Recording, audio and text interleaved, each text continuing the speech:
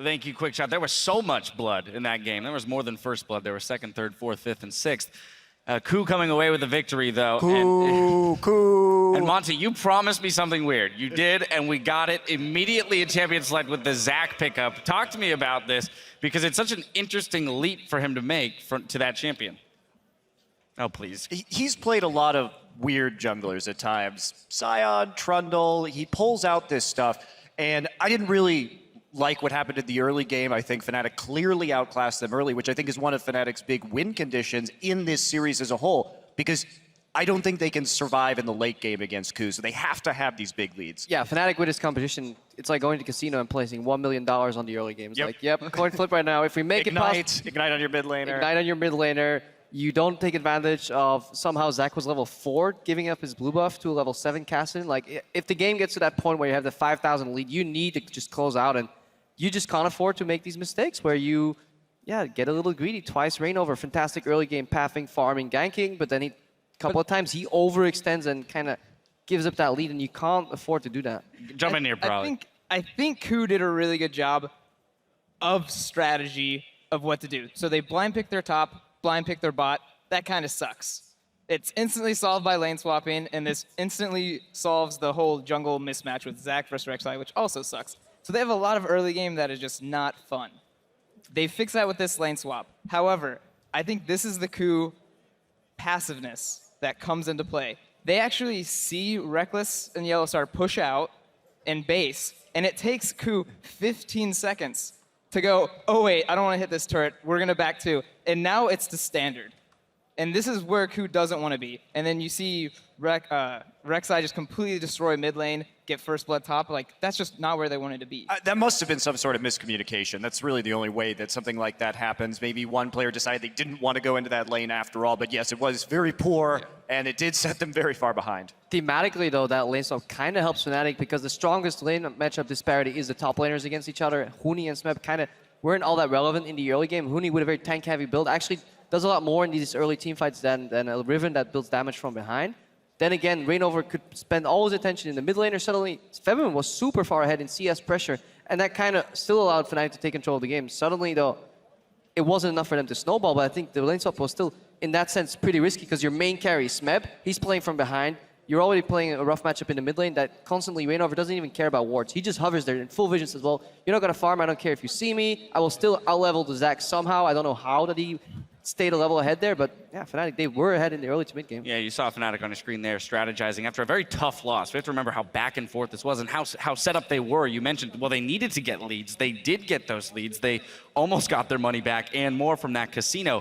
And I want to point specifically to the jungle. Coming into today, Reignover had been a part of all but one first blood for the team. He's now 9 of 10 first bloods, and Huni 7 of 10. Krepo, yesterday you said that somebody else was the king of first blood. I don't know if you can, I don't know if you can defend that anymore. The kings of first blood. You know, what's a king to a god if you have playing here? I call SKT that, but if you have Fnatic playing here like the gods of first blood, but sadly enough, KOO were wasn't enough. Non-believer, and they just won the game anyways. Well, I actually think that Fnatic's strategy coming in was very good. They saw the weakness. They wanted to go for these very aggressive summoner spells, try and take the fight to KOO early. But, I mean, we really saw the problem there in not having an additional teleport in the late game. The split push was way too much for Fnatic to handle. They just didn't have very many options on how to actually close that game.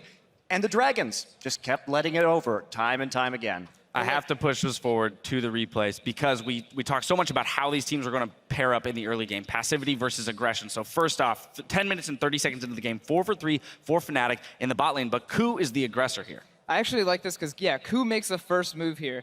And if you see, the jungler is actually the first one moving, and Rek'Sai is moving to mid lane. So KOO gets the start to this really, really well. However, we see like Huni TP's in right now, like way before KOO does, even though KOO's the one setting up this play.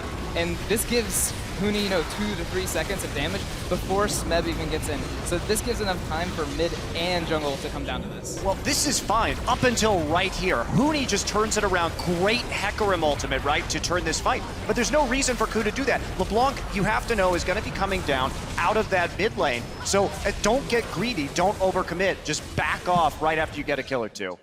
Yeah, and the reverse actually ends up happening a little later where Fnatic sets up a good play around a potential tower dive, but then the play just looks too good, too juicy, and that's usually when you don't want to go for it because Reignover goes in for an aggressive flash. Yeah, We it was have a only replay. 6 minutes later. Yeah, 6 minutes later, I believe we have the replay, hopefully, if that's still working over here. Oh yeah, the replays have been a little wonky, but here it is right yeah. here.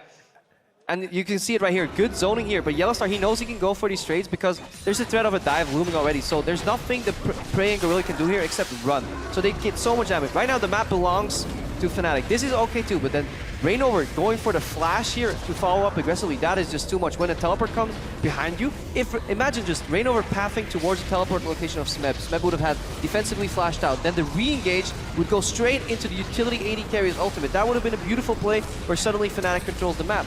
But instead, you lose your CC, you don't hold it for the carries, and that is actually one of the big things we've seen this entire game.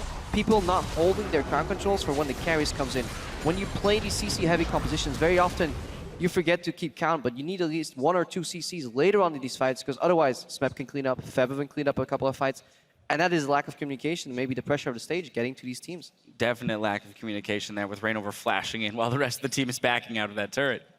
Very bizarre call there by Reignover, especially because he knew that the Fate's call had already been used. He knew Alistair still had pulverized up, so he basically just got double knocked up under turret, and that was it. I think this is what Fnatic is good and really bad at the same time. Like, this is where I'm talking about they need accurate calls. Because they did a lot of really good aggression where they're turning around fights, where they're keeping up with things. And then this is a perfect example of they weren't accurate enough. The dive looked really good at the start and the TP came in. They need to cut and run. They already got the advantage of the map there. Final thoughts, Krebo? Yeah, just a great coach once said clear calls, good plans, but it didn't get his team anywhere, so maybe Fnatic needs even more than that. Right, yeah, they need a new mantra. Well, we're going to step away while the teams reset for Game 2 in the semifinal series between KOO Tigers and Fnatic, so don't go anywhere.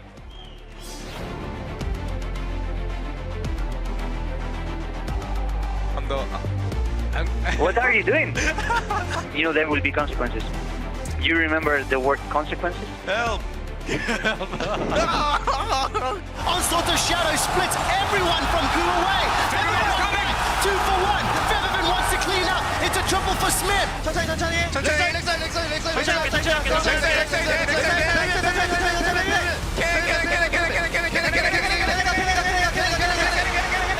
Is on the retreat. He's got the life steal though, and with Reckless down, Smeb is going huge. Yellowstar is late to the party.